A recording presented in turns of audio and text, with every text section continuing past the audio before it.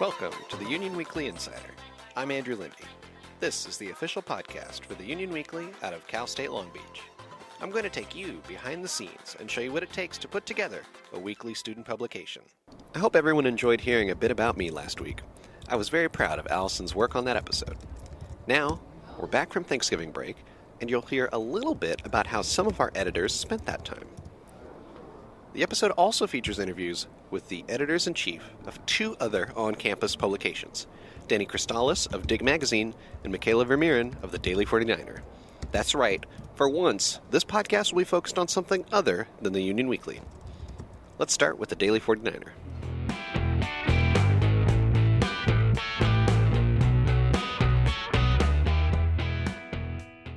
I'm Andrew Lindy, and you're listening to the Union Weekly Insider. I'm sitting here with the editor-in-chief of the Daily 49er, Micayla Vermeeren. Micayla, how are you today? I'm doing really well. Thanks for having me. Good. And I've really wanted to have, this conversation for a little bit. I really like being able to reach out, because this is the Union Weekly Insider. It's a podcast about the Union Weekly and how we make it and the people who make it. But as part of that journey, a part of it is reaching out and sometimes interacting with the other media on campus, which include the Daily 49er, which you guys put out issues on Monday, Tuesday, Wednesday, Thursday? Yes, right? correct. Yeah. And so it's kind of like a different scale, a different speed, a different style from the way that we do things over at the Union Weekly. Oh, absolutely. Yeah. So I just wanted to start with, how did you get started with the Daily 49er?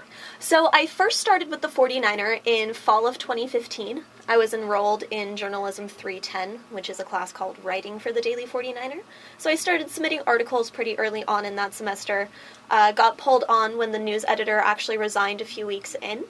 After that, I applied to be the full-time opinions editor for the following semester. Loved that. Decided I wanted to stick around and make the jump, so I went ahead and applied for editor-in-chief and was, lucky enough to get it. So what was the driving force that made you decide to apply for editor-in-chief? I would say the driving force was really seeing the quality of work that our paper could put out. And we had a lot of very big stories going on when I was on staff. And it really just opened my eyes to what student media is capable of. And when I saw the legacy that, the writers before me were leaving, I really wanted to have a hand in that and make sure we kept that going for as long as possible. So before you started working at the Daily 49er, were you aware of the Union Weekly?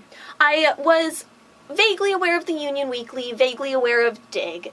I hadn't really done too much in terms of actively trying to learn more about them. I was just trying to get a lot of my GEs out of the way and then sort of figured that something would happen with one of the three later on. And do you regularly read the Union Weekly? Yeah, absolutely. We actually all do as a staff. I want to make sure that, we're always picking up a copy of DiG, always picking up a copy of the Union Weekly, making sure, that we're supporting campus media. I mean, like you said, we're all in it for the same goal. Sort of see what trends there are in terms of the stories being covered, what people are doing with design and style, things like that. So every week there's a copy on my desk. Yeah, I feel we do the same thing. Every time there's a new DiG, we grab that. Every issue of the Daily 49er, we pick it up, we look at it, we go, oh wow, they covered this and we covered that. It's kind of fun to see the different angles. Yeah, it really, really is, and especially because there are some writers for the Union Weekly that I've had journalism classes with in the past, and it's always exciting to see where your peers scatter out and the things that they're doing on their own. Is there any issue or article from the Union Weekly that stands out in your mind that you would call a favorite or something that intrigued you? A favorite? I will say, I don't know if I could pick a favorite, but I know that we were really, really interested in the Yelp issue that you guys just did, and sort of seeing the similarities in what people had to say about the restaurants, but then I liked that it really gave each writer their chance to get their own individual personality out there, and I felt like it was a really nice little personal insight and a little break from all of the super dramatic news that's been being covered. So I really, really dug that as an issue. So in your mind, what kind of reputation does the Union Weekly have? I think the Union Weekly has a reputation for being really fun, for being really open, very accepting of a lot of different submissions, all sorts of writers. I know that you guys, you're a weekly paper, so you have a little bit more time to focus on features and, spend a little bit more time cooking your stories. And so since we're all media on the same campus, have you felt like a rivalry? I honestly don't really think that there's a rivalry that exists between the media here. We're all here for the same purpose, but I think that between DiG, the Union Weekly, and the 49er, we all go about it in such different ways, and we all have our own styles, our own angles, our own focuses, that I don't even really think there is a place for a rivalry to be held. You know, we kind of occupy different arenas, and I would say we're all pretty good at what we do. Did you hear talk of rivalry in the past? I mean, there have definitely been some jabs of, oh, you don't like this story, you go send it to DiG. Like, oh, you don't want to meet a deadline, head over to the Union Weekly, you'll have more time there. But there's really never been anything malicious, anything of ill intent, and I, trust that it's the same on your guys' end. Who was the editor-in-chief before you? It was Greg Diaz, who graduated with a lot of the staff, actually, this past May. Did he have any, words of wisdom to pass on to you? He did, actually. The day he cleaned out his office, he left a typed note in there for me to find on my first morning in the position. And there were a lot of really good little tidbits of advice, but one of the things that I really pulled from him, Greg was a very quiet man, especially in the newsroom. He's a very strong but very quiet force. And one of the things he told me was, when things get crazy, when there are stories being dropped, there's news breaking, take a second and let things be quiet, go outside, think to yourself, and your intuition will sort of guide you in the right way. And I feel like that was a really important reminder, because working in a daily newsroom, there's a lot going on at all times. There's always stories being turned around. We're always trying to pull photos. It can get really hectic. And so that reminder to kind of just sit in it and trust that sense of quiet has helped a lot. And what is that turnaround like? You're there in the office. How much every day? I would say I spend between 9 and 10 hours in the newsroom every day. Our formal production starts at 5, and we're usually out of there between 11 or 12. And then, we're in there before classes, in between classes, things like that. We usually have a one-day turnaround for stories, so we'll set a deadline for it earlier in the day, really bust through edits on it in a 3 to 4 hour period, get the copy approved, and then move on to designing pages after that. And I bet the election last week, that must have been really terrible. That must have been just an all-night experience. That was something unlike any other coverage I've worked as a journalist. It was the super stereotypical picture of half-eaten pizza boxes across the room, and we all had our feet up and our hands in our hair. I don't think we got out of there until about 2 the next morning. And not just waiting for the presidential results, but all the propositions, the local measures, the senators, the Congress people. So waiting for everything to come through was definitely a kicker of a night. So how did you guys approach that front page? I remember it was kind of like a cross both front and back. It was huge. Yeah, I loved that. We can actually credit our design editor, Lindsay Maeda, with that. And we sort of had contingency plans for either candidate. We had an idea of what a Hillary page would look like, what a Donald page would look like. And what we really wanted to do was play with the color to it, because there's so much emotion with both of the colors that the candidates have been associated with. And so I really can take no credit for that. That was all Lindsay's. We've done those 2-page spreads before. I know we did one for the Noemi Gonzalez vigil right after the Paris attacks. We sort of saved them for these larger events. And the way that she set it up was just so fitting and so visually gripping that once I saw it, I was like, that's it. We're done. Don't need to think about anything else. We've got our front page. Let's see. So, what do you feel is the future of journalism? Oh, that's a loaded question. I definitely think that the digital revolution has transformed journalism in a way that nobody could ever have really anticipated. And I was actually having a conversation the other day with one of my friends who was asking if I was nervous about newspapers dying out and, traditional journalism dying. And I told her no, I have nothing to be concerned about, because at this point I think the access that we have to information, not just in our own backyards, but, across the world, it really is going to rely on digital communications, and I have no problem with that. I just think that whoever gets into it, there's going to be a lot more access for people to not fact check, to not, be completely honest or ethical. So it's really going to come down to making sure the journalists are ethical and they're educated and they know what they need to do to maintain sort of the integrity of it, while shifting the main medium that we're processing everything on. So you feel like you're still learning useful skills even though you're working on a daily paper? Oh, absolutely. I mean, I walk out of the newsroom every single day, with a key code for something on InDesign that I didn't know before, for, some sort of little grammatical nuance to the language I hadn't needed to use. Learning different platforms, how to navigate different social media sites, what to do when news breaks on a front page or on a website. There's so much still to be learned because everything is really still developing. Do you work closely with your web design and social media teams? Yeah, absolutely. This year I actually brought back a position that we haven't had for a few years, which was multimedia managing editor. We always have a print managing editor, sort of the EIC's second in command, but I really wanted to bring back the multimedia managing editor to make sure that we're getting, video packages out, not just written stories. We have a social media editor that's responsible for making sure things are getting live tweeted, up on Instagram, the likes of all of that. So I've been focusing really heavily on incorporating that into our daily flow. All right, we're going to take a quick little break, but we'll be back later with more from Micayla. Let's shift for just a second and see how Thanksgiving went for the Union Weekly crew.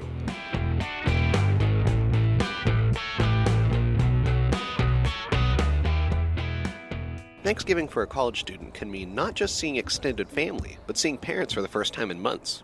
Here are a few tales from Turkey Day that aren't what was expected. Copy editor Sheila is not afraid to share her thoughts on the recent presidential election, but instead of political discourse at the table, she got something else.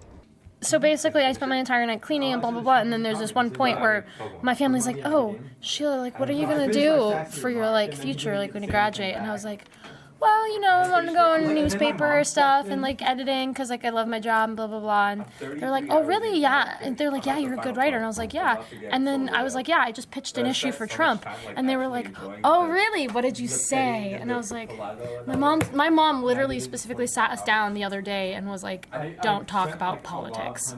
She was just like, don't. And I was like, I can't. My mom said I can't talk about politics. They're like, no, just read your article. And so I read it, and then we're all sitting in a circle, 20 of us, and we just start all of us agree except one lady. I think she voted for Trump, but she just stood up and walked out, and we all were angry about it, and we were talking about it, and I read my article and they applauded me, which was weird. And then we had this really, really intense debate about whether or not my uncle should shave his beard off. It was a really intense debate. His wife was like, I think it's ugly. And then we went around the circle, and every single person in the circle weighed in their opinion on it. 20 people. And then one of us, then we all mutually agreed that we'll shave it off for Christmas. Music co-editor Elliot Gatika celebrated by eating a feast and then paid for it sooner than he expected. So, Thanksgiving, family, being together, feasting. Well, for me, I feast a lot, and I mean a lot. And, nothing can go well when you ingest a lot of turkey, stuffing, mashed potatoes, gravy, green beans, soda, and rum. That's just a combination, a really bad combination. It sounds good and all, but several hours after you've been able to somehow digest all of it, you get the 3 a.m. shits, and it's not pleasant because, I'm in bed already around midnight, and 3 hours into my sleep, I'm like, oh, my stomach hurts. What is that? I better go to the bathroom, and all of a sudden, it's a catastrophe. There's tears rolling down my eyes. I'm feeling a burning sensation in a place. It's really fun. Travel editor Mario Lopez met up with his sister and her friends for a very non-traditional celebration. I was at my sister's house the day before Thanksgiving for a Friendsgiving, and I had brought donuts for everyone, and there was this one particular donut that had sprinkles. It looks like a birthday cake, and I had cut all the donuts into 4s so everyone could share, so not everyone just gets a taste of just one donut. And I had forgotten to cut that one. So later on, I guess someone whose birthday happened to be that day showed up, and we didn't have a birthday cake for them. So hey, why don't we use the sprinkled donut as a birthday cake? So we're like, okay, cool, let's get a candle and light it. We didn't have a candle, so someone's like, hold up, let me roll up a joint real quick and put it in the donut. So someone rolled up, my sister's friends like to smoke weed. I don't particularly like it, but I don't hate the smell, so I don't mind hanging around them. So anyway, they roll up a joint, they put it in the donut, close the lights, sing happy birthday. He comes in, we light the joint. He's so excited, he goes up, gets the donut, takes a hit, and eats it. It was pretty funny. Everyone loved it. That's one crazy way to celebrate a birthday.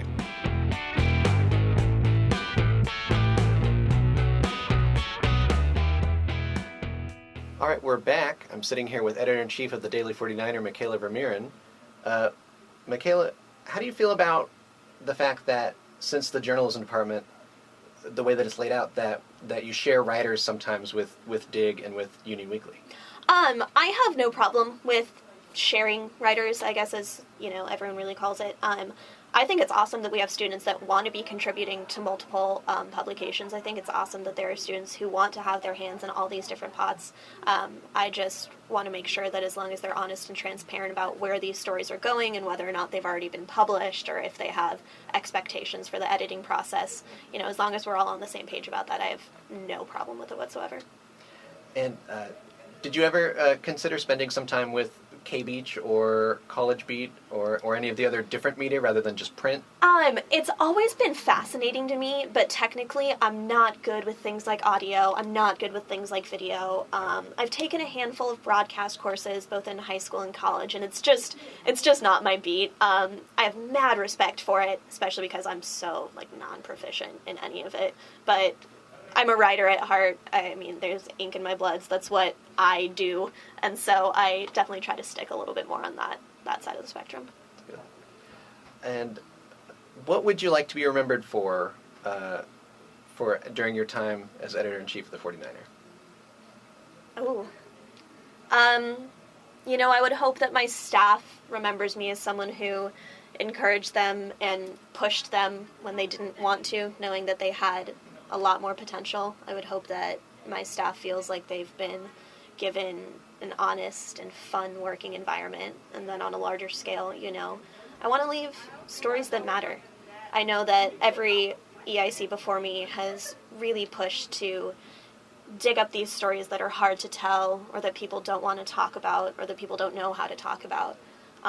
And like I said earlier, I've really seen the power that student media can hold. And so really all I could hope for, in terms of how people remember me is that I fought for that and that I let it happen and that, we really did make something of ourselves. And we're approaching the end of the fall semester. Mm-hmm. Do you know when is your last print date for the fall semester? Our last print date for the fall semester, it's going to be the Thursday before finals. And so we are still in talks. We might be doing a little finals special issue. Still a little bit up in the air, but we'll be coming back strong right out of winter break, starting up again with 4-day production in spring. And we still have all of our social media and online accounts, up and running. So we'll be contributing, hopefully daily over break, even though we're not around on campus to have issues in print. Is there any big changes that you see for the spring semester as opposed to your fall semester?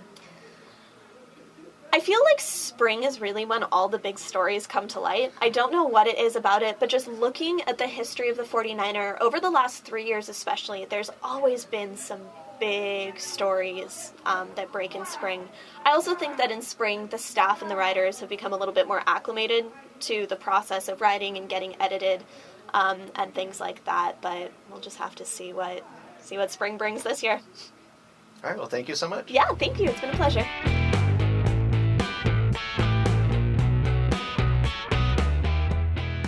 In episode 12, I was able to speak to some of the contributors to the Union Weekly. Some of these people had experience with both the Daily 49er and DiG Magazine. Here's social media manager Alexis Cruz's reaction to that episode. Natalie, I really liked what she said about the differences between the 49er and us. Like, the way she put it was very eloquent, and it was very us, like what we do versus what they do. And there is a strict difference, like what Alex said, they're campus news, they're the quote-unquote hard-hitting news, as opposed to us, we're more campus life, like what students really are like and how they act. And I feel like it's more personal than it is with the 49. The 49 is very objective. And then, I mean, of course I got like a little irked about what, I got a little bit irked about like what Ross said about us. I was just like, he made it seem as if we were like the trashy tabloid kind of magazine paper.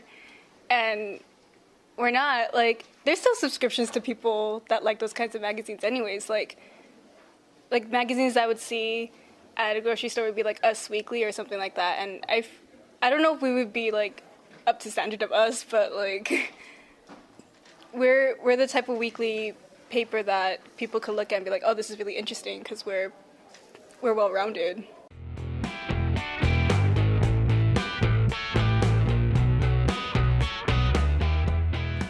You're listening to the Union Weekly Insider, and I'm sitting here with Denny Cristales, who is the editor-in-chief of DiG Magazine. It's the monthly publication that comes out of the Cal State Long Beach Journalism Department. Denny, I just want to know, how did you get started with DiG Magazine?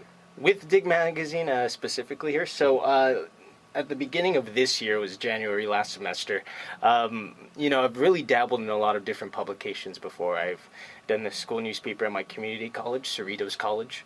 I work at a newspaper part-time currently, the Signal Tribune newspaper. And so coming to Cal State Long Beach here, I didn't really want to dabble into a newspaper again. We have different options here. Obviously, the Union, the Daily 49er. I wanted to try something new. And so the magazine was something different. It was a different style. I really wanted to learn more about it. And now I took it in January last spring. And here I am now, 11 months or so later, almost December, and I'm the editor-in-chief, just like that. And so that was pretty crazy for me. So what inspired you to apply as editor-in-chief? Well, I mean, during that semester, it ran like a class. We did whatever it is that we needed to do. Occasionally, we did some assignments and all that stuff. But at some point in April, the advisor, Robin, came up to some of us in class and offered the editor positions. And so there was different stuff like entertainment, fashion, and all that stuff. And so she really put that nugget in my brain at one point, and I was just like, oh, cool, I'll have an editor position, a section editor position, and that'll be awesome. But for whatever reason, at some point, that morphed into, the editor-in-chief position's available, and I just totally went for it. I was like, you know what, it's available, it's open, it seems that there's not a lot of applicants, actually. I would really just tear myself apart if I didn't try, and at least put my name in the hat, and at the very least, I'll just be demoted to some other editor position or something. I apply, I'm there, and everything went ideal. It went the best possible way that it could have during that interview process when I was interviewing for editor-in-chief. And that same day, about an hour later, they offered me the job. And I was just really blown away by it because it was just really left field to me. I didn't really expect to get it too much.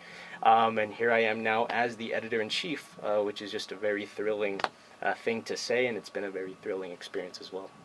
And so the DiG Magazine, that's a class that they offer here. Yes. Right? Are you still taking that class now as editor-in-chief, or is that now just a separate thing that you do? It's now just a separate thing, and so I had the option to take the class again, but, I'm not going to bore you with the specifics of my plan or anything like that, like my academic plan. But, it just wasn't ideal for me to pursue the class again.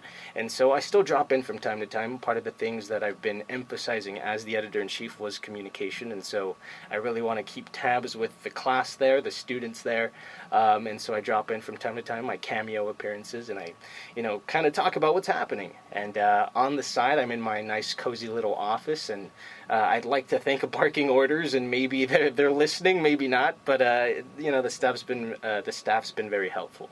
And so, yeah, it's really much a side gig, I suppose. And so you said you also write for the Signal Tribune? Yes. How did you get started there? So the Signal Tribune actually came off the heels of my editor-in-chief semester at Cerritos College. I was editor-in-chief of the school newspaper Talon Marks. And so during that semester, the tail end of the semester, it's actually going to be 2 years ago exactly at this point, I think, the advisor there, Mr. Cameron, offered me an application sheet. It's the CMPA internship grant. California Newspapers Publishers Association, I believe. And so it was a big application process. The advisor gave it to me. He's like, oh, I don't give this to everybody, but you've proven your worth, sort of like a Mr. Miyagi thing, like you have now passed the test. And so I applied. I just went for it. I'm not really one to apply for scholarships too much, and I'm really of the mind where it's like, okay, I'll apply for these. I don't really expect to win. This will just go in the abyss somewhere. But it was like a month or so later, it was around December, where I get this tab in my email. Congratulations. And I'm like, congratulations for what? Is this another spam email? And so I just clicked on it, and it ended up being the CMPA, and it was the internship grant. I won, and I was just very blown away by it. I was like, holy crap, I actually got approved. I won a scholarship for once. And so that enabled me the opportunity to not only get grant money, but it pretty much served as a platform for me to look for internships. It was essentially a spotlight on me. I now have the avenue to really put my foot in the door for all these different publications. And so eventually I chose the Signal Tribune newspaper here in Signal Hill. I started as an intern a year and a half ago during the summer, and eventually they hired me part-time last August 2015. And so ever since, I've been there as editorial assistant, and it's just been a very rewarding experience. So, and what are some of the differences between working with them and working with DiG? It's it's actually totally different. For DiG, it's not a lot of how should we say it? It's not a lot of mandation to really meet up. If mandation is a word, to really meet up and talk to people face to face. It's not like there's obviously a class and that operates separately, but then there's also the editorial staff. But our office space is practically the size of this small little room here, and so it really just serves as my own little office space, and so the other editors are out and about doing whatever it is that they need to do. Sometimes my communication is limited to emails or just occasional monthly meetings, and so that's kind of difficult to get going. And so it's more of a facilitative role. It's more just getting stuff going, and then, okay, you guys get it, let's just put this together, and at some point we'll address all the content you guys put together. So it's really just making sure people are doing things in this capacity, where as the newspaper, it's more hands-on. I'm writing stories every week. I'm handling editorial content, putting together press releases, a monthly calendar, and all that stuff. And so it's more the writing aspect, being hands-on, and then the magazine is more hands-on, but it's more just facilitative. This is what we need to do. All right, guys, let's go get it together. And before you started working with DiG, were you aware of the Union Weekly? I was aware of the Union Weekly, and so I knew that there was a lot of... I had this glimpse of an idea that there was a lot of different avenues or platforms that I could really do, like K-Beach, obviously, College Beat, and all that stuff. And so, again, it just harkened back to my idea of, I'm already working at a newspaper. I did a lot of newspaper stuff at community college. I really wanted to try a new experience. But there have been moments, for instance, that I wanted to dabble into some newspaper stuff again here on campus, because it's totally different to be a student journalist here on campus covering news and all that stuff, as opposed to just being a community journalist for a part-time newspaper. And so there's a lot of stuff I want to try out. I want to be dabble more into the sports side of things. I still need to try radio more. I did a College Beat briefly last semester as the announcer of Late Night Long Beach, and so there's still stuff I really want to try out, and at the same time there's this window that's very much closing since I'm graduating in May, and it's, whoa, I still have a lot of stuff I need to do, but I'm on my way out too. Do you regularly read the Union Weekly?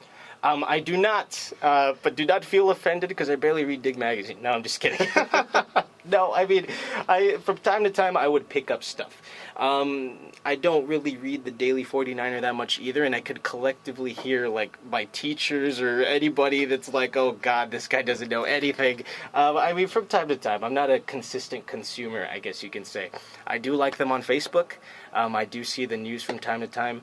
I am very fond of of some of the design that Union puts forth. The front pages are very creative at times, and it's just very interesting to see the distinction between, there's Daily 49er, and I suppose that's more direct news and traditional style, where the Union Weekly has this, I don't know the official term, but it has a magazine-esque type front page type of presentation, and so I really appreciate that distinction. And obviously the other platforms here available on campus. Did you ever feel like there's a rivalry between DiG and Union Weekly? Not necessarily at all. And a lot of people mention that too, where, DiG Magazine's right next to the Daily 49er, you guys are butting heads. It's like, man, it's not even the same thing. We're a magazine. If anything, there would be a rivalry, I guess, between the Union and the Daily 49er, since it's competing newspapers, technically. I don't feel the sense that there's a rivalry. I'm always saying that I'm open to working together with any publication on campus, whether it's the Union, Daily 49er, or even College Beat or K-Beach, if for whatever reason that presents itself. But no rivalries. It's more just open arms and more just DiG doing what it needs to do and hoping to really establish itself as a good brand as opposed to just being a magazine that comes out every month. We're trying to be a good online presence, and so no rivalries, no bad blood, I suppose. So you don't have any problem with writers for DiG also writing for Union Weekly? Not at all, and I'm aware that is already happening. If I did have a problem, I'd lay down the law and, crack open the whip or whatever. But no, I mean, I totally understand that it's all a learning experience. Sometimes we can all get lost in the idea of, okay, we have our publications and we have to cover news and all that stuff. And so it sometimes is forgotten that we're students. We're still learning. We're not yet at that professional level. We can't get lost at, oh God, I didn't do this one thing, I didn't really do the other thing, which is good to have, but it's all a learning experience. So I'm not going to really strip that away from, say, you guys have Amanda Del Cid, to name drop somebody, who's our social media editor, and I know is an editor at the Union. She wants to do stuff with the Union. She's very heavily involved. Who am I to take that away from her and say, you know what, it's DiG or not? It's DiG or bust. And so she wants to learn. She wants to be ambitious. She wants to really develop her craft. And so I'm not going to be the one person to get in the way of that only because, you need to be with DiG and that's my reason, And so you already mentioned that you follow Union Weekly on Facebook. Yes. But what else do you think beyond maybe social media? What is the future of journalism? The future of journalism? Wow, that's a good question. I mean, I think it's exactly that, social media. I think it's very consistently ingrained in all of our heads. All of us as journalism students know that, it's online. That's the future. Newsprint's going away. Social media is really coming into its own. That's becoming the platform for telling stories. And that's very cliche almost at this point, but it's true. You look at the development and growth of Snapchat, for instance. Periscope, which I'm still not really too familiarized with myself, me personally, with Periscope, but it's grown so quickly. People use it to live stream different events and stuff on campus. There are newspapers, community college newspapers, I can't really name one off the top of my head, who have completely abandoned print and are solely just producing content on websites or even just on Facebook. They're just using those blog type of formats to tell stories. And so it's going to be a slow transition. It's creeping into it. We're still in that weird phase where print still exists, obviously, and then there's online. It's really hard to predict, but I think it's going to be some sort of evolution of social media. Maybe not exactly social media, but maybe it's weird, mutated form 20 or 30 years from now that's really going to be taking on the big mantle of journalism in the future. Have you been very hands-on with DiG's online presence? I try to be. I have experience from 2 years ago with my community college newspaper. I would heavily emphasize social media. At that point, I wasn't really too familiar with Snapchat, and now you fast forward 2 years later, that's the main social media tool now. That and even Instagram. We have a big following on Instagram. That's our most popular platform at the moment, and so My involvement isn't so much as 2 years ago where I would personally post. My involvement is more seeing that, okay, we have our content published, now are we promoting it? Are people seeing this? Because yeah, we have some people who go on our website, but then there's people who are just like, what is even DiG Magazine? I didn't even know this existed. But if you see it on Facebook, if you see it on Twitter or Instagram, that's where people normally go to first. And it's like, oh, cool, I didn't know about this. They click on it, and then it becomes a bridge to our website. And so I tend to just really see if the social media editors are posting and promoting that stuff. And occasionally, me being a big grammar nerd, I would occasionally edit the post and make sure that it's not, being silly or not saying something that's not supposed to or something. But I'm very proud of that. I just really wanted to just continue developing and growing because it can obviously be better. It's not the best, but we're making good strides. And finally, what is one thing that you would like to be remembered for as editor-in-chief of DiG? Editor-in-chief of DiG? Yeah. Well, I mean, that's so difficult because I remember I used to always get caught up of being the greatest, and that's such a vague term. Maybe because I'm a big fan of basketball and WWE and all that stuff, so there's always, those slogans are always thrown around and stuff, and so I always viewed myself as that. I want to be the greatest. And then recently I've been thinking to myself, the greatest of what? What does that even mean? And so really, I just want to be viewed as a person now because it's not necessarily too realistic to really think I'm going to be the greatest journalist ever of all time. It might be possible, but it's maybe not feasible.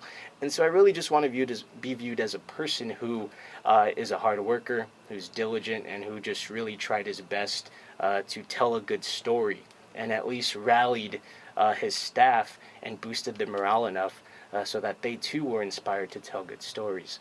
It was actually 3 weeks ago we went to the Clippers game together as part of our sports journalism class, and it was CBS anchor Jim Hill who told us that famous, almost cliche quote that Mr. Schrader said, which was, to succeed in this business, you got to wake up early, go to bed late, and then work like hell in between.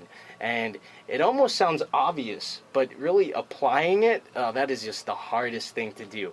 I go to bed like at 9 p.m. now, and so it sounds very hard for me to do. And so I really hope to master that one day and really take Mr. Hill's words to heart. But if I'm going to even be remembered, it would be what I just said, just a hard worker. Well, thank you so much, Jenny. Yeah, absolutely. Thank you.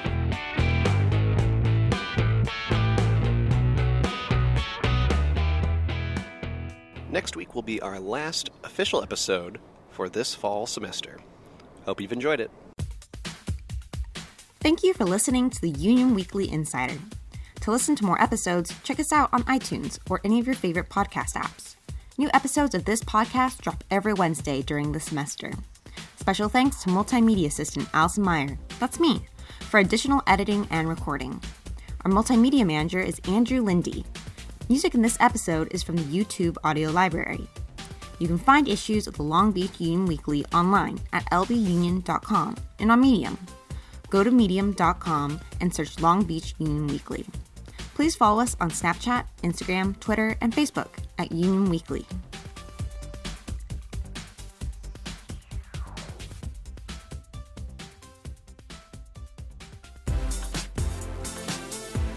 Next time on the Union Weekly Insider. Or can you name the freedoms in the First Amendment? Freedom of press, freedom of speech, freedom to assemble, freedom of religion. She thinks she's so smart. I think that's it. I'm not sure. Oh, can we take a second to talk about Chris's god-awful mustache? Oh, the mustache. Wait, what? I haven't even started. What was that laugh? Are you recording this? Am I on the record? Oh man, this is gonna come back to bite me in the ass, just like in Zootopia. Would be potentially involved. Being called to. Right. But that should be enough. Thanks. What the hell is on your fingers? You look like you murdered someone.